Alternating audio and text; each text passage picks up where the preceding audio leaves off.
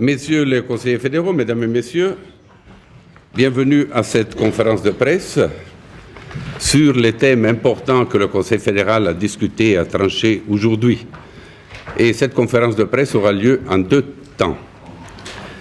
À celle-ci, vous le voyez par leur présence, nous parlerons de la nouvelle révision de l'AVS, et ce sera le chef du département de l'Intérieur, M. Pascal Couchepin, qui le fera. Nous attendons la venue du directeur de l'Office des assurances sociales, M. Rossier, ainsi que la promotion des exportations et les décisions prises aujourd'hui par le Conseil fédéral. Et c'est le chef du département de l'économie, M. Joseph Dice, qui est accompagné par M. Eric Scheidegger du SECO, qui vont vous commenter ces décisions. À 2 heures, nous attendrons Monsieur le conseiller fédéral Moritz Leuenberger avec le nouveau directeur de l'Office fédéral de la communication. Et M. Leuenberger commentera également les décisions concernant la réforme des chemins de fer et les parcs naturels. Pour le parc. Les parcs naturels. C'est pas le parc. Partie naturelle. Bon, c'est les parcs naturels. Pour le reste, je n'ai pas d'autres informations à vous donner, étant donné que sur les décisions importantes, vous avez reçu des informations écrites, mais je ne sais pas si vous avez des questions, mesdames et messieurs. Ce n'est pas le cas. Monsieur le conseiller fédéral Couchepin, venons-en à l'AVS. Monsieur le conseiller fédéral, mesdames, messieurs, en juin 2004, à la suite de l'échec de la 11e révision de l'AVS, j'avais présenté au Conseil fédéral un panorama des assurances sociales et proposé un plan qui prévoyait la réforme de l'AVS par étapes.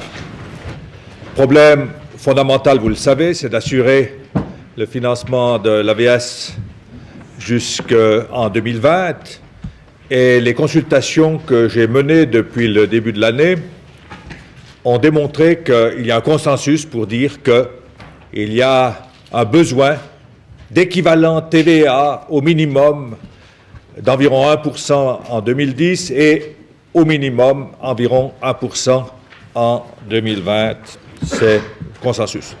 Je constate d'ailleurs que nous sommes rejoints dans cette appréciation par des auteurs célèbres, puisque, sauf erreur, M. Stram et Mme Sommaruga, dans leur livre, pensent qu'il faut soit augmenter de 3% l'AVS, soit augmenter l'âge de la retraite, soit mélanger les deux, que sans ça, à long terme, on n'a pas de problème. Mais ce n'est pas la discussion qu'on a aujourd'hui. Simplement, les perspectives à long terme sont plus ou moins partagées. La question, c'était de savoir s'il fallait faire la réforme en une fois et vers 2008-2009, décider d'une grande réforme qui assure le financement de l'AVS pour les 12 années suivantes, ou bien s'il fallait essayer de régler un certain nombre de problèmes sans compromettre l'assainissement à long terme, régler un certain nombre de problèmes techniques et d'autres questions qui, politiquement, pourraient être susceptibles de réunir une majorité. Aussi bien dans la consultation que j'ai faite auprès des partenaires sociaux que des partis, l'opinion majoritaire est qu'il ne faut pas attendre que la situation se dégrade pour présenter une réforme fondamentale et jouer le tout pour le tout, avec le risque d'un échec et ainsi de réellement mettre en difficulté de manière durable l'AVS à laquelle le peuple suisse tient beaucoup et avec raison. On l'a vu encore dans la campagne de l'année passée. Donc, l'idée, c'est de faire un ou plusieurs pas avant d'assurer le financement de l'AVS définitif jusqu'en 2020. Que devrait contenir cette première réforme? Le Conseil fédéral a discuté longuement sur ce sujet, je dois dire dans un climat extrêmement constructif, où chacun s'est exprimé avec la volonté de dire qu'il faut trouver une solution susceptible de réunir une majorité. Et au fond, la discussion a porté plus sur ce qu'il faudrait mettre pour obtenir une majorité que sur les mesures elles-mêmes qui n'ont pas suscité de contestation fondamentale, je peux le dire. C'est donc plus une affaire d'opportunité. Finalement, le Conseil fédéral m'a donné mandat de préparer un message et le Conseil fédéral se réserve la possibilité, lorsque les détails des propositions seront élaborés, par conséquent, lorsqu'il aura le message, de revenir sur une décision ou l'autre que je propose aujourd'hui. C'est donc assez ouvert. Ce que nous voulons, c'est avancer de manière pragmatique, réussir la prochaine votation en matière d'AVS et pour cela, trouver quelque chose qui va dans le bon sens, mais qui est susceptible de réunir une majorité. Il y a peu ou pas de dogmatisme dans notre démarche. Donc les différents points qui ont été évoqués, que nous allons réunir et étudier en profondeur, c'est l'élévation de l'âge de la retraite des femmes à 65 ans, c'est-à-dire la mise à égalité de l'âge de la retraite des hommes et des femmes, suivant le principe de l'égalité des sexes. Ça dégagerait des moyens financiers supplémentaires d'environ 500 millions de francs par an. Le deuxième point à étudier, le Conseil fédéral se réserve aussi en fonction des consultations qui seront menées, même si elles seront menées de manière accélérée, parce qu'on veut avancer assez rapidement, réserve de discuter ce point, c'est de fixer le principe selon lequel les rentes sont adaptées chaque fois qu'il y a 4% d'augmentation du coût de la vie, remplacer la règle des 2 ans actuellement par l'augmentation des 4%. C'est une règle qui peut être à l'avantage par rapport à la règle actuelle ou au désavantage des rentiers, puisque actuellement on a une inflation très basse. C'est vrai que ça entraînerait une prolongation de la durée d'adaptation des rentes. Par contre, si vous regardez le passé et l'histoire, il est arrivé assez souvent qu'on dépasse 2% d'inflation dans l'année. Si on avait 2% d'inflation dans l'année, eh bien, on aurait probablement une adaptation plus rapide des rentes qu'aujourd'hui. C'est donc une proposition qui, dans la situation actuelle, apporte des économies, mais s'il devait y avoir, comme on a connu dans le passé, des augmentations de taux d'inflation, ça pourrait être à l'avantage des assurés, le principe étant que 4% d'augmentation est quelque chose qui est acceptable. Pensons à tous les propriétaires et tous les locataires qui fixent l'indexation des loyers à 5%.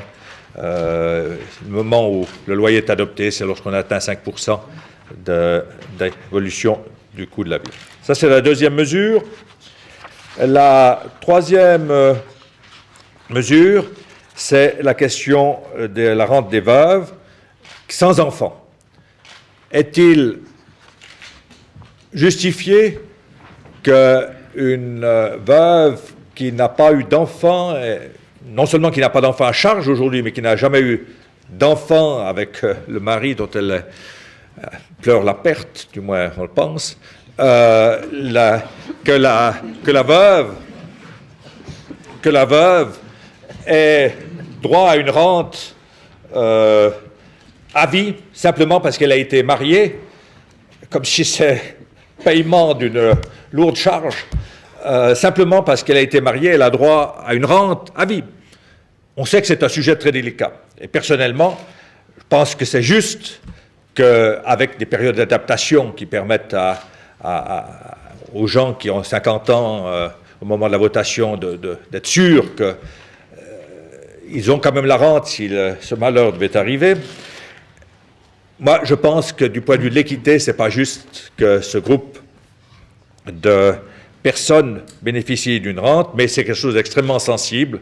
Et le Conseil fédéral avance avec prudence et aimerait sentir le pouls de l'opinion sur ce sujet avant de se prononcer définitivement et l'autorise à travailler le sujet et à préparer une proposition dans ce sens.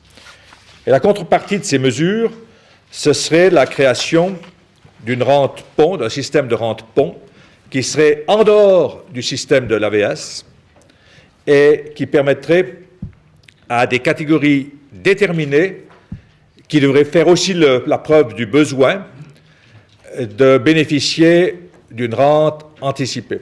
On a évoqué comme catégorie possible des rentiers AI qui auraient une rente partielle de l'AI ou des personnes qui seraient en fin de droit et qui, à 62, 63 ans, n'ont pratiquement plus aucune chance de retrouver un travail qui pourrait prendre notre anticipé. Je répète, c'est en dehors de l'AVS, ça aurait un aspect social, il devrait y avoir la preuve du besoin, mais ce seraient certaines catégories de gens qui pourraient en bénéficier. Et pour cela, on affecterait un montant de 400 millions de francs. J'ai lu ces derniers jours, puisqu'il y a eu des indiscrétions, la chancellerie, en règle générale, maintenant dépose plainte pénale. Je suppose qu'elle va déposer plainte pénale. Sur mandat du Conseil fédéral. Sur mandat du Conseil fédéral. À la suite de ces indiscrétions, il y a une discussion qui s'est engagée et certains ont dit on quitte le principe de l'assurance avec ça. C'est exactement le contraire. Une assurance vous donne le droit de toucher quelque chose à une certaine période. Et si vous avez un jour une flexibilisation généralisée que nous combattons, nous ne sommes pas d'accord, le Conseil fédéral n'est pas d'accord avec une flexibilisation généralisée, c'est l'abandon du principe d'assurance. Parce que l'assurance prévoit âge de la retraite 65 ans, et le principe de l'assurance commande, si on a une retraite anticipée, que l'on applique les principes actuariels et qu'on applique la réduction en fonction des calculs actuariels. Le principe de l'assurance, c'est justement de ne pas avoir une flexibilisation à volonté, parce que c'est faux, c'est contraire au principe de l'assurance. Ce que nous faisons, nous, c'est quelque chose en dehors de l'AVS, qui ne répond pas au principe de l'assurance, c'est vrai, mais qui est en tous les cas plus juste du point de vue de l'assurance qu'une flexibilisation généralisée. On fixerait l'âge de la retraite à 65 ans, puis ceux qui veulent la prendre pourraient prendre une retraite anticipée avant 65 ans. C'est contraire au principe de l'assurance. Ou alors vous fixez l'âge de la retraite à 63 ans, tout le monde peut prendre la retraite à cet âge-là, et ceux qui la prennent plus tard touchent une rente supplémentaire. Ça, ce serait le principe de l'assurance. Mais prétendre que c'est le principe de l'assurance, 65 ans moins, à volonté, c'est exactement le contraire, c'est faux. Ce n'est pas le principe de l'assurance, c'est quelque chose qui relève d'une décision politique, mais pas le principe de l'assurance. Voilà donc ce que le Conseil fédéral a décidé ce matin. Oui à une réforme qui sera à la fois technique plus un contenu politique, mais nous voulons réussir et nous souhaitons obtenir, sinon un consensus, du moins un large appui, raison pour laquelle le mandat est donné, le Conseil fédéral se réservant de se prononcer définitivement au moment où le message sera prêt. On a même discuté la possibilité de splitter le projet en plusieurs points pour permettre éventuellement de se prononcer sur les différents points de la réforme, mais c'est quelque chose qui reviendra plus tard. Merci, Monsieur le Conseiller fédéral. Est-ce que vous avez des questions, Mesdames et Messieurs? Monsieur Plon. Si la réponse serait entière, il n'y aurait pas de réduction. Oui, le principe de la rente-ponce est précisément cela. C'est pour éviter qu'avec une rente complémentaire, vous ayez à mettre en place un système qui paye une certaine somme durant toute la vie de quelqu'un. C'est de remplacer l'intégralité du versement, mais pendant une période plus courte, c'est-à-dire pendant les années qui vous séparent de l'âge auquel vous avez droit à une rente intégrale. Donc oui. Oui, Madame Amstead. Le public cible de la rente-ponce, vous avez évoqué le cas des rentiers AI, le cas des chômeurs en bas de droit. Est-ce qu'il y aurait aussi d'autres catégories qui pourraient avoir droit à cette rente-ponce? Je crois que c'est là le problème le plus difficile. Ça dépend du montant qui est à disposition. Si vous avez un montant de 400 millions de francs, vous ne pouvez pas élargir ça à de nombreuses catégories. Si vous avez un montant plus élevé, c'est possible, mais à partir d'un certain moment, vous dégradez la situation de l'AVS et vous augmentez le problème que nous aurons à résoudre pour les années 2010 à 2020. Donc, ça ne pourra être que limité, sinon on dégrade le problème. D'autant plus que les rentes-ponts devraient être financées par une ressource qui n'est pas la cotisation AVS. Pour une raison simple, avec les accords bilatéraux actuellement, si vous avez quelque chose qui est financé par des cotisations, ça doit être exportable. Or, cette année-ci, et l'année passée, vous dites si le chiffre est faux, je le cite de mémoire, 40% des rentes sont destinées à l'étranger. 40% des nouvelles rentes, 40% des décisions de nouvelles rentes partent à l'étranger. Mais, c'est très important de le dire, parce que quand on entend ça, on est très choqué. Mais seulement 15% des montants sont payés à l'étranger. 40% des décisions sont prises et sont des rentes à l'étranger, mais 15% des montants partent à l'étranger. Ça signifie que, arrive à l'âge de la retraite AVS toute une série de travailleurs étrangers qui sont venus travailler quelques années en Suisse et qui maintenant touchent des toutes petites rentes. Alors 40% font que 15% des montants. Et si vous avez un système qui est basé sur la cotisation en fonction des accords internationaux déjà en vigueur, vous devriez donner aussi ces rentes ponts à des personnes qui sont à l'étranger, qui reçoivent peut-être 40 francs par mois et qui recevraient 41 francs s'ils sont mis au bénéfice de cette disposition. Donc, et ensuite, il y a la preuve du besoin qui n'est pas faite. On va vers un système ingérable avec la flexibilisation généralisée ou une flexibilisation qui serait basée sur un système financé par les cotisations ordinaires. Donc, il faut faire un fonds séparé, sinon c'est ingérable et probablement injuste même. Monsieur Plon d'abord, puis de nouveau. Ah, c'est complémentaire alors, Madame Yvska. Juste, on avait évoqué la possibilité de donner ces rentes aussi aux personnes qui exercent un métier pénible. C'est donc quelque chose dont il n'est plus en discussion maintenant? Je crois que, comme monsieur le conseiller Ferracouche l'a dit, le travail, le gros travail, c'est la définition du cercle des bénéficiaires. Donc ça, il y a deux éléments qui ont été mentionnés. C'est une mesure de politique sociale nationale, c'est une mesure qui est évidemment étroitement liée au marché du travail. On ne peut pas exclure que cela soit aussi pris en considération, ne serait-ce que par la capacité financière des gens concernés. Il va de soi que se retrouver sans travail avec un deuxième pilier confortable à 62 ans a une toute autre portée que se retrouver sans travail à 62 ans sans deuxième pilier ou avec un deuxième pilier très faible. Donc ça, c'est le travail qui reste à accomplir, je ne vous le cacherai pas. Monsieur Plon. Financé par qui, ce fonds séparé?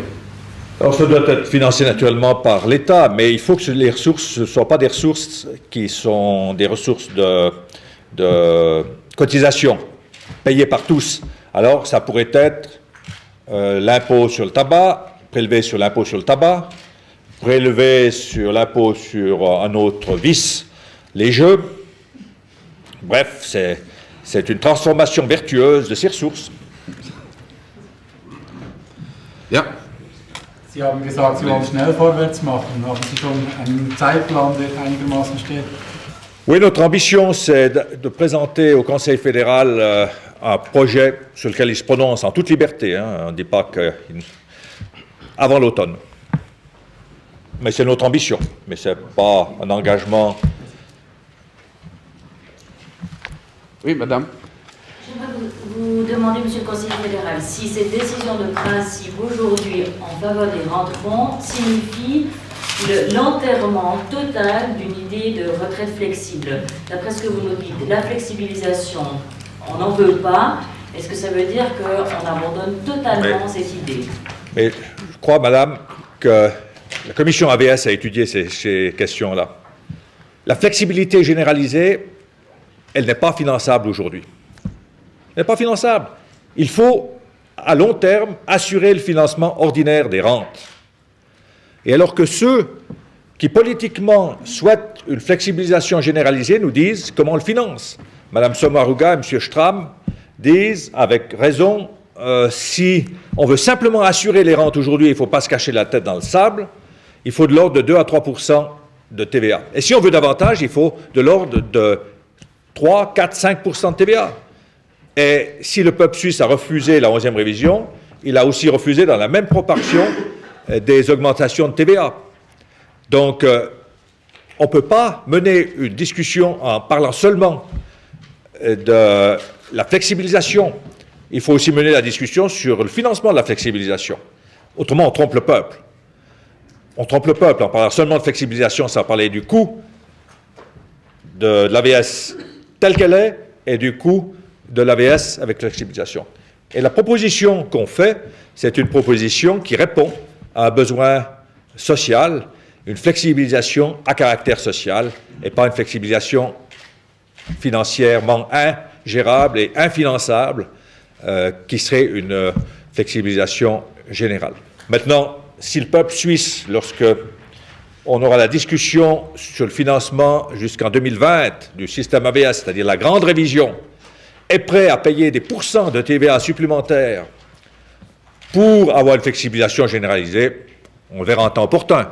Ce n'est pas une condamnation, nous disons simplement qu'aujourd'hui, on ne voit pas comment on peut le financer, en fonction aussi des décisions populaires. Maintenant, si ultérieurement, on décide d'affecter des 2-3% de TVA de plus pour la flexibilisation, nous respectons la volonté populaire. Mais aujourd'hui, nous visons une flexibilisation sociale.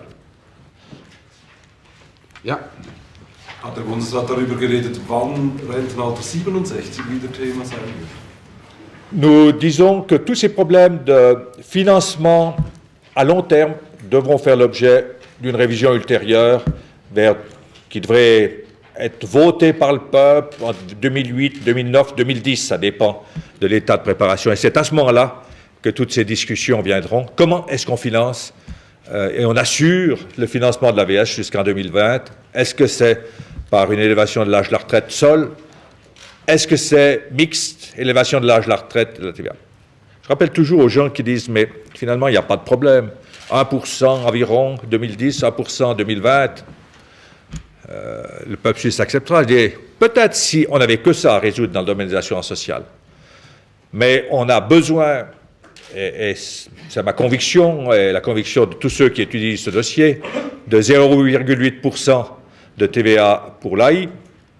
Il y a eu cette année une augmentation des prélèvements pour le deuxième pilier par l'abaissement du seuil d'entrée. Vers 2011, on aura un rapport sur l'évolution de l'espérance de vie pour le deuxième pilier qui entraînera très probablement une augmentation de cotisation ou une baisse du taux de conversion. Dans l'assurance maladie, j'ai toujours dit que notre ambition, c'était de freiner la hausse et nous sommes en train de réussir, mais il y aura une augmentation. Donc, si vous additionnez tous les points équivalents de TVA nécessaires pour maintenir le système social, on voit qu'on ne peut pas parler de manière isolée du problème de l'AVS. Il faut voir l'ensemble du problème et ça fera l'objet de la discussion sur la réforme de fond. Aujourd'hui, le résultat, si on va dans le sens de ce que nous souhaitons, il y aurait une certaine économie et une flexibilisation sociale. C'est déjà pas mal. Madame. Monsieur le conseiller fédéral, c'est bien juste que la retraite à 65 ans pour les femmes, ce serait en 2009. Le chiffre, c'est la date exacte de 2009, oui. Et le projet que vous allez présenter d'ici l'automne, si tout va bien, ne comprendra pas la hausse de 1 point de TVA. Non. Pas d'augmentation de recettes. Ja. Hat sich der Bund gegen das einkommensabhängige Modell ausgesprochen? On n'en a pas parlé, ça ce serait pour la réforme de fond qui viendra plus tard, qu'on discutera ces modèles. Oui, madame.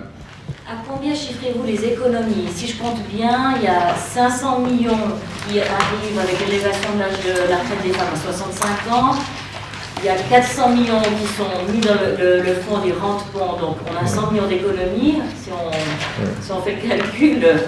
Et puis, j'imagine qu'il y a des économies dues à la suppression. Alors, si on fait le calcul, ça dépend justement de ce qu'on met. C'est pour ça que je n'ai pas dit de chiffre, parce que, encore une fois, le Conseil fédéral vise d'abord le succès avant de viser l'économie. Mais il faut une économie, mais on veut, si on fait une réforme, que cette fois-ci, ça marche.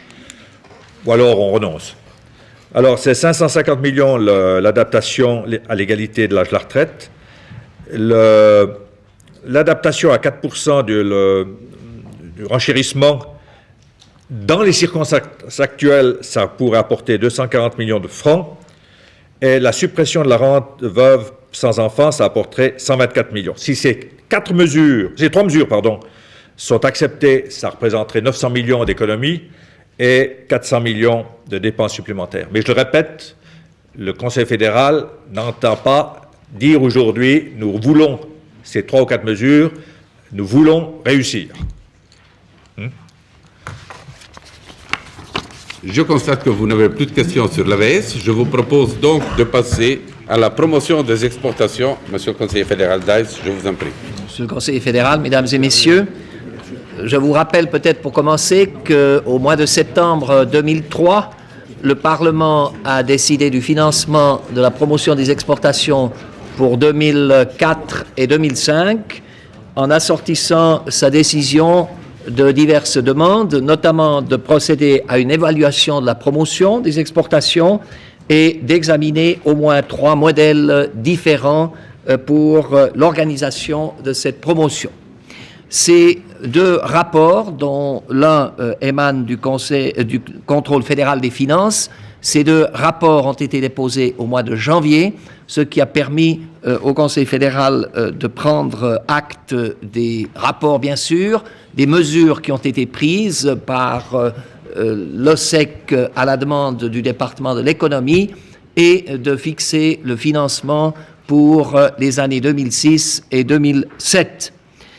Le Conseil fédéral, à la proposition du département de l'économie, approuve les 5 objectifs que le contrôle fédéral des finances fixe dans son rapport, à savoir, premièrement, de diminuer le nombre d'acteurs publics ou d'acteurs fortement subventionnés dans le domaine de la promotion des exportations, 2, de simplifier les lignes de commandement dans le domaine et d'accroître la transparence des coûts, 3, de fédérer les prestations, c'est-à-dire d'obtenir une meilleure coopération entre les divers organes existants, 4, de définir et d'appliquer le principe de la subsidiarité, c'est-à-dire laisser à l'économie privée ce qui peut être fait par l'économie privée et maintenir au niveau de la promotion publique des exportations les sujets qui sont d'ordre d'intérêt général.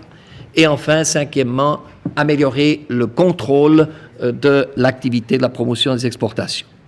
Le Conseil fédéral, comme je vous l'ai dit, a aussi approuvé le message qui vise à fixer le financement pour les années 2006 et 2007, et le Conseil fédéral a fixé et propose au Parlement un plafond de dépenses de 34 millions, c'est-à-dire 2 fois 17 millions de francs, ce qui est le volume actuellement à disposition, ce qui est aussi le volume tel qu'il est prévu dans les plans financiers de la Confédération. Meine Damen und Herren, für die beantragte Finanzierungsperiode gilt es, den vom Eidgenössischen Volkswirtschaftsdepartement seit 2004 eingeschlagenen Weg weiter zu verfolgen. Wir tun dies aufgrund eines Berichtes der Eidgenössischen Finanzkontrolle, wobei hier zu betonen ist, dass dieser Bericht bis zum Ende des Jahres 2003 läuft und somit die zahlreichen Maßnahmen, die auf Initiative des Volkswirtschaftsdepartements und der OSEC ergriffen worden sind, noch nicht berücksichtigt. Wir haben sowohl im Jahre 2004 wie im Jahre 2005 allerhand zielgerichtete Maßnahmen eingeleitet. Diese Maßnahmen haben zum Ziel, die Synergiepotenziale besser auszuschöpfen, die Führung und die Kontrolle des Außennetzes zu verbessern, das Subsidiaritätsprinzip exakter einzuhalten und den Kundennutzen zu erhöhen.